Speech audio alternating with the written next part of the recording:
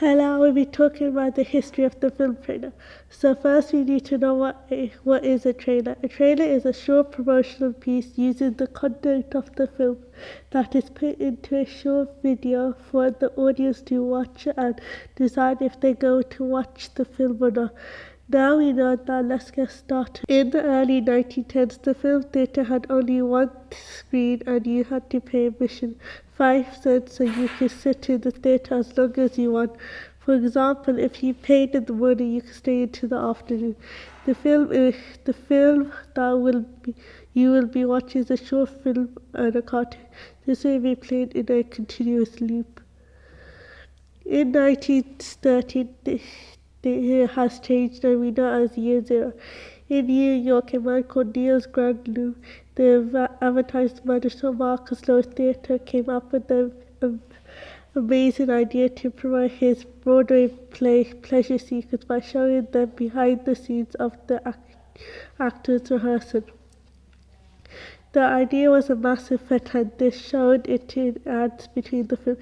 This was the birth of Chicago man called Cole Williamson, one of the film's earliest pioneers, went to a popular newspaper, the Chicago Tribune, to make a print series of a film. He made a 13-episode series of The Adventures of Kathleen. This was not the first film series but the second. The Adventures of Kathleen is a short story that you read every week and it also ends in a cliffhanger. This was a different method of promotion to Niels, but still showed a shift towards the idea of film. Fast forward to 1916 and the film studio began to release trailers for the upcoming films. Paramount was the first film studio to create a department to create trailers for their film. The first trailer was based on one shot from the film and the actor, the title of this film, tagline, and last but not least, the voiceover. Now the trailers are popular. Lots of theatres are now making trailers for their films. There was a group of clever businessmen who thought of an idea to make film trailers and sell them to theatres to earn money. They loved this idea and it was the birth of National Screen Service.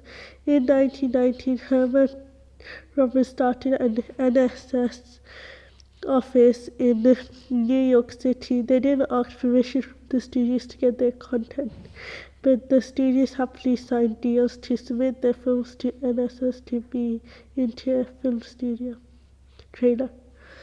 In 1927, films changed from silent to sound with the jazz singer.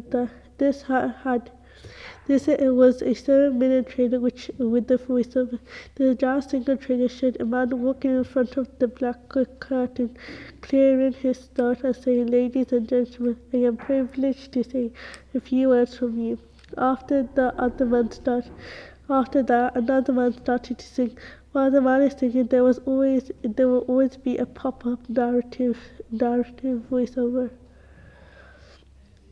By 1914, the NSS was giving out posters and paper advertising and had contracts with all the major Hollywood studios.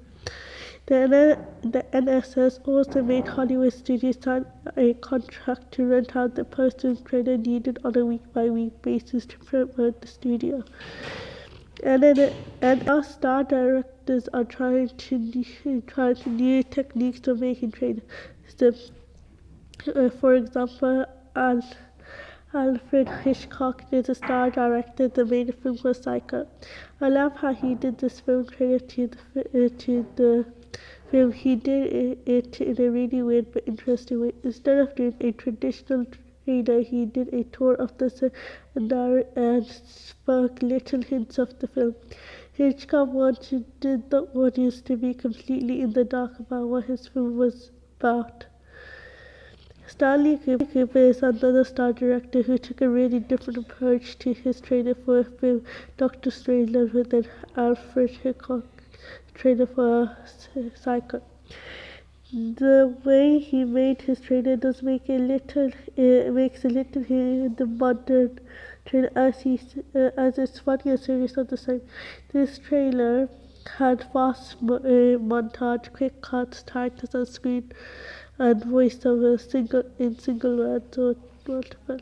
to crumble.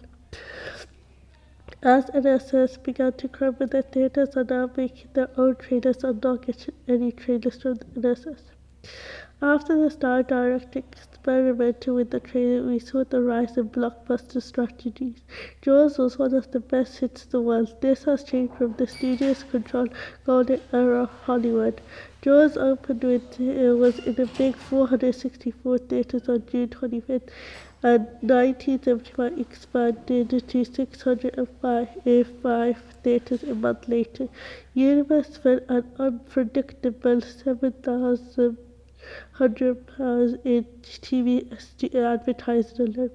Jaws saw a huge opening box office number 7 million in the first week alone, around 470 million worldwide.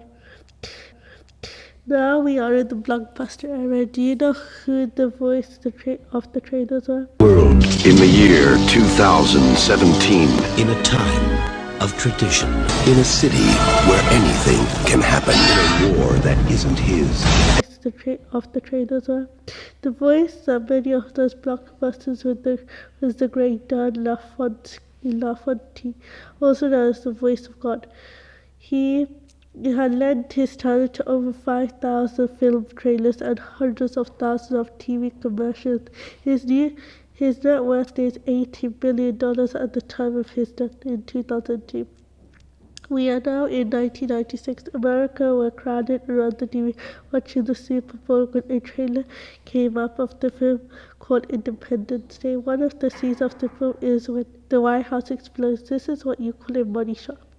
A money shot is a shot. Now we are in the 21st century. Money shots have increased from 1 or 2 shots to anything as high as 80 shots, and this will definitely grab that audience attention. Sometimes they are given raw footage and wade through dozens of hours of film, intended to boil it down to around 2,880 frames. Some of the editing that editors do for trailers make sound, change the music. In music and sound, there are used different types like rise of slow down, ramp, increased pace, tempo of music, and they also use montage text or 3 different angle shots, cuts to the beats, and many more.